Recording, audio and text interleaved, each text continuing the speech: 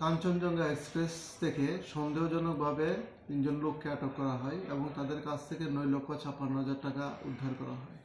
পরবর্তী সময় তাদেরকে জিজ্ঞাসাবাদ করে আমরা জানতে পারি সন্তোষ সীতারাম সিন্দে নামে একটা লোক এখানে আমাদের কামানচমরিতে গণেশ প্যাটেল গোল্ড রিফাইনার এখানে কাজ করে। তার কাজ হলো স্বর্ণ গলানো এবং এর বিনিময়ে নেওয়া, পারিশ্রমিক নেওয়া, প্লাস অনেক সময় এর স্বর্ণগুলি কিনে অন্যের কাছে বিক্রি করে। গত 2 বছর ধরে এখানে কাজ করছে।